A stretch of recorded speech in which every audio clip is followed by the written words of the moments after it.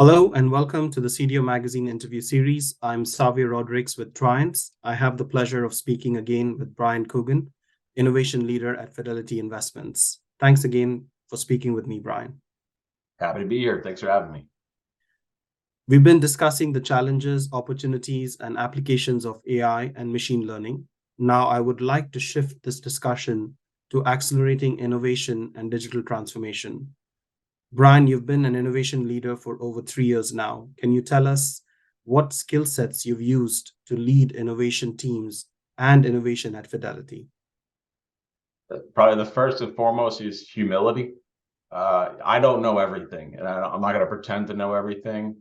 Therefore, I need to surround myself with a lot of bright people, people that are willing to learn new things, who actually get excited about change and really want to immerse themselves in the what can be.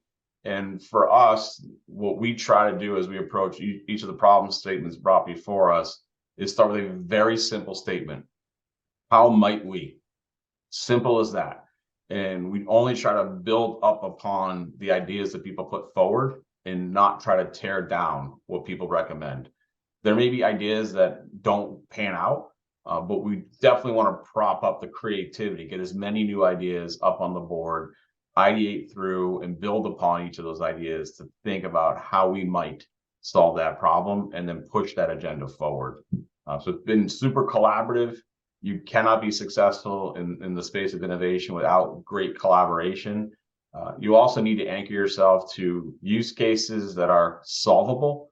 What we found in talking, and actually as we've grown the team and interviewed a lot of people, we found people coming to us from other parts of the data science world where they were working on projects that they just couldn't solve. It was such a stretch. It was such a moonshot that it became increasingly frustrating to work on those types of projects.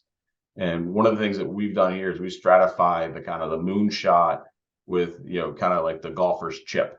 And we blend those two things together and say, hey, what are those things that we can do incrementally that really move our business, really take away some of the time constraints that humans are just slogging through in their day job? And how can we automate much of what they do using various different domains of technology?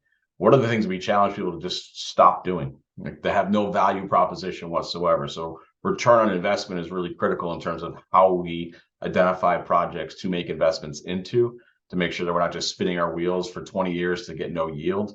But we are also really trying to stretch that horizon of how might we be significantly different in the future, and the learnings that we get as the failures that we meet along that path. How can we retrofit that failure to maybe solving a different problem? So maybe it didn't solve that moonshot that we were looking for, but how might we augment it and solve a nearer term problem in a more modified or scaled back approach? And that's how we've kind of bifurcated our approach to solving some of the business challenges we face. Well, thank you, Brian, for sharing that. I mean, you just summarized it so well with one keyword, humility. And, I think that is such an important skill set to have, as well as, the phrase, the sentence that you also came up with, how might we, as a team contribute. So thanks for sharing that. And, with a culture conducive to innovation, is not only good for a company's bottom line, but it also boosts morale throughout the organization. However, getting there is tough and sustaining it is even harder. Can you tell us what are some of the challenges to creating such an innovation culture? And do you have any tips for those in the process of building that culture? I'm very fortunate to work at a firm like Fidelity, who has consistently over decades pushed the forefront of innovation. The Johnson family has always invested into technology. They've always been on the forefront of innovating new products. We're doing it right here today as we speak, putting new product out to the market for our customers, even for our own internal employees. We're trying to find new and different ways to augment how we work. So to work at a company like Fidelity, and again, we're a privately owned company, it's a family-owned business. We're in a unique position to spend a little more time and resources in the world of innovation because we don't have shareholders to answer to. The last year and a half hasn't been the best stock market. right? So these are typically the times when companies really do some belt tightening and they pull back. I can tell you, just during the pandemic has seen a wild time for the way companies have operated over the last 3 or 4 years. At the start of the pandemic, Fidelity was around 32,000 employees. Right now, because our owner has doubled down multiple times, we're at almost 80,000 employees. To see that much growth during a pandemic, it's because they've put out creative new products. They've looked at what is the market looking for in terms of a servicing that we could provide them, and how can we diversify our offerings to change the customer base whom we've historically served and generate new products that fit their needs. It's really exciting to work for a company that's willing to change what's made them successful in the past and look at what's going to make them successful in the future and balance those two different things, because they are different. And if you continue to just invest in what's made you successful in the past, you will not live to be 100 as a company. It just doesn't generally happen. We're a 75-year-old company, and we're fortunate to have leadership that's looking out into that horizon saying, my family is going to run this company for another 75 years. But in order to do that, we need to think differently. And that's how we approach it here at Fidelity. That's how I personally approach it here with our team. And I'm somebody that says, I'm willing to try anything as long as it's going to move us forward. It may sound radical, but I'm happy to do it. And when it fails, we celebrate failure, because we always learn something from what didn't work, and then we can use that for something else. And that's really important for us, is to make sure that we are, generating some sort of value out of it. I can tell you, I had heard, I've been here 10 years. I've heard 20, 25 years ago, that failure concept at the firm was not celebrated. It wasn't something that was treated kindly. It was treated with somewhat of a heavy hand. So I do think that type of approach can stagnate. And I do think that the culture that we have here is very much of an inclusive culture. We really respect diversity in not only our people, but in diversity of thought, and the ability to fail and be supported by your peers to pull you back up and get you moving forward. Is a dynamic working environment, and it's because of that support and that leadership at the top of the house is why we're being so successful in it right now. Yeah, no, there were a lot of key points that you made, right from the leadership at the top, and also celebrating failures and learning fast from it. And it's so always important, as we're trying to build this culture. And we've talked about the challenges and the process of creating a culture of innovation. Now let's talk about how that culture is crucial to enhancing the potential for succeeding in digital transformation. So can you tell us a little bit about why culture is imperative to the success of digital transformations? Most people don't really warmly embrace change, right? Most of us, if you said, you have to change the way you get to work tomorrow. But I like the way I get to work. That's comfortable. Many people, they resist change because they fear change. If anything, the pandemic has taught us is that we can do things differently, because so many of us 3 years ago were so accustomed to the way we worked, how we engage with people, what mediums we use to do our jobs. So much has been augmented over the last 3 years. So I think the willingness to try new things, the willingness to the fear of being uncomfortable and overcoming that, that's one of the things I personally believe, that people don't like to be uncomfortable. And those that are as the most successful in the domain of innovation are people that really thrive in being in uncomfortable situations. It doesn't faze them. And companies really need to establish a culture where it's okay to feel a little uncomfortable. At our firm, we tend to try to move people around frequently and move them across different business units that you wouldn't have thought they would get a promotion in a different line of business that has a totally different model. And the firm has chosen to do that purposefully, to drive change, to force change, to create a hiring opportunities where you're pulling people across the company, not just going up the vertical stack, but going across the horizontal. Because again, these are my views. So when I think about looking through a prism, if you look through a prism in one direction, it's crystal clear, and it's what you know to see. And you just start to shift that crystal a little bit, that prism just a little bit, and you now see the wealth of colors that's also there as well. And I think that diversity in thought helps people understand that having different perspectives, having different ways of approaching solving a problem is really empowering. And having so many different people offer their thoughts and ideas and collaborating and putting the best ideas forward and pushing each other to be different, those are what enriches a company. And it's not just, diversity and hiring people of, different faiths and colors and religions, all these different things.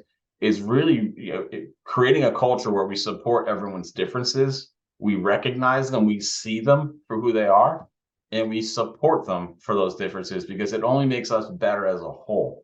If everyone's working and thinking in the same linear way, you're only going to get to the same conclusion, and that's failure.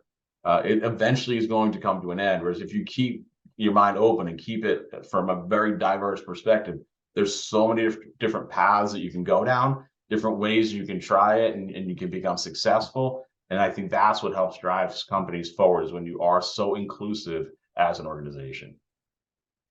Yeah. No, being inclusive and then thriving in uncomfortable situations. I mean, it takes a lot of things to support that kind of a culture within an organization. It's so good to see, all of those being shared, at least from your, experience on the ground. So thanks for sharing that. We're almost out of time, but I want to end on the topic of creating a roadmap for innovation. From your experience at Fidelity, can you tell us what is the process for creating an innovation roadmap? And how do you go about determining innovation goals and KPIs? So roadmaps for us are constantly evolving. These are living organic documents, because we don't necessarily know what tomorrow is always going to hold for us. There are some, emerging technologies that maybe we think we can use, and then regulations come out and says you can't use them. Or maybe there's a budget that you thought was going to be there, and tomorrow it's not. Or the inverse, maybe you didn't think you'd have any budget for this, and now someone gave you the green light to go hire 50 people and solve these problems. So we keep our roadmaps pretty linear. We typically do our 1, 3, 10-year planning.